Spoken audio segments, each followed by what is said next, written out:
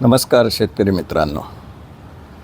एवढ्यात मला बऱ्याच शेतकऱ्यांकडनं फोन येत आहेत की आमच्या इथे त्यातल्या त्यात कोकणामध्ये किंवा जिथे रोपं तयार करून ते पीक म्हणून लावायचं असतं अशा भागात जास्त फोन येत आहेत की पाऊस बऱ्यापैकी पडल्यामुळे आम्ही बी टाकलं, ते चांगलं उगवून आलं आहे, परंतु आता मध्ये पावसामध्ये खंड पडत आहे आणि त्यामुळे रोप वाळत आहे.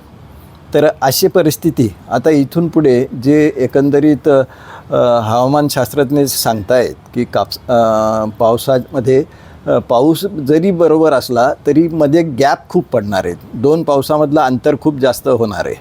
त्यामुळे आपल्याला इतरही भागासाठी आणि कोकणामध्ये किंवा जिथे जिथे आता रोपं तयार करण्याचं चाललं आहे या सगळ्यांना प्रश्न पडला आहे की मग हे गॅप पडल्यावर जे पाणी राहत नाही, वातावरणातही शुष्कता आली आहे ग्लोबल वॉर्मिंगमुळे, जे मी माझ्या एअर इरिगेशनच्या कन्सेप्टमध्ये सतत सांगतो आहे. माझे व्हिडिओ जे आहेत मनोहर कृषी विज्ञान या चॅनलवर, त्याच्यात हे सगळं मी मांडलेलं आहे. परंतु आता ह्या शेतकऱ्यांचे प्रश्न पाहिल्यावर परत एक व्हिडिओ करावासा वाटला. तर ह्या समस्येला अगदी साधं उत्तर आहे की जे तुमचे रोपं जळत आहेत किंवा सुकल्यासारखे होत आहेत आणि त्याला पाणी जास्त देता येत नाही, तर त्याला एअर इरिगेशनच्या पद्धतीनं तुम्ही सहज जगवू शकता. त्याला कुठलाही खर्च नाही, काही नाही. ज्यांच्याकडे एअर इरिगेशनची म्हणजे मायक्रो स्प्रिंकलरची व्यवस्था असेल त्यांनी मायक्रो स्प्रिंकलर लावे. अन्यथा काहीही बाकी न करता साध्या पाठीवरच्या पंपामध्ये साधं पाणी भरून संध्याकाळी सूर्यास्तानंतर त्या रोपावर जर तुम्ही नुसतं नोझल आकाशाकडे करायचं, वरच्या बाजूला तोंड करायचं नोझलचं आणि नुसत्या त्या याच्यावर पाण्याचे स्प्रे करायचे वर हवेमध्ये, काही त्या पिकावर नाही केलं तरी चालेल, हवेमध्ये ते स्प्रे करायचे. यासाठी जास्तीत जास्त एका गुंठ्याला तुम्हाला 25 लिटर पाणी लागेल फक्त, म्हणजे 1 ते 1.5 पंपामध्ये 1 गुंठ्याचे रोपं तुमचे सहज तुम्ही वाचवू शकाल.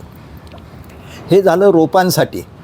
याच्यानंतर जसं रेग्युलर पाऊस सुरू होईल त्याच्यातही हवामान खातं सतत सांगते की मध्ये गॅप खूप राहणार आहेत.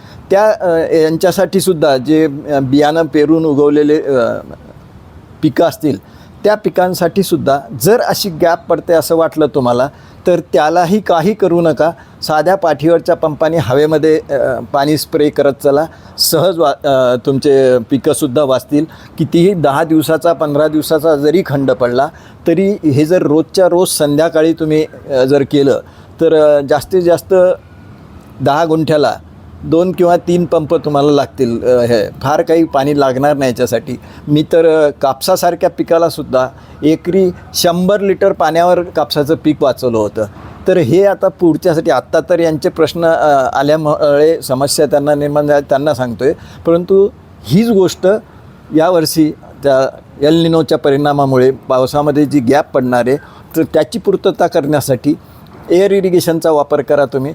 तो प्रश्न सहज तुम्हाला सोडवता येईल. याच्यासाठी कुठलीही खतं औषधं काहीही वापरू नका, खर्च करण्याची काहीही गरज नाही. साध्या पाण्याच्या फवाऱ्याने हे तुमचे प्रश्न सॉल्व होतील. तर कोकणात जे आता सध्या याचे भाताचे रोपं आहेत, नाचणीचे रोपं टाकले आहेत लोकांनी, ते मध्ये गॅप आता पडल्यामुळे वाळण्याकडे चालले. मोठ्या क्षेत्रावर पाणी ते देऊ शकत नाही, पण एवढं पाणी सहज सगळ्यांकडे मिळेल. तर लक्षात ठेवा की तुमचे पिकं या वर्षीच्या या एल निनोच्या परिणामाच्या वाचवण्यासाठी एअर इरिगेशन ही सहज सोपी, फार कमी खर्चाची, फार कमी कष्टाची पद्धत आहे. त्याचा वापर करा. मी मनोहर खके, नमस्कार.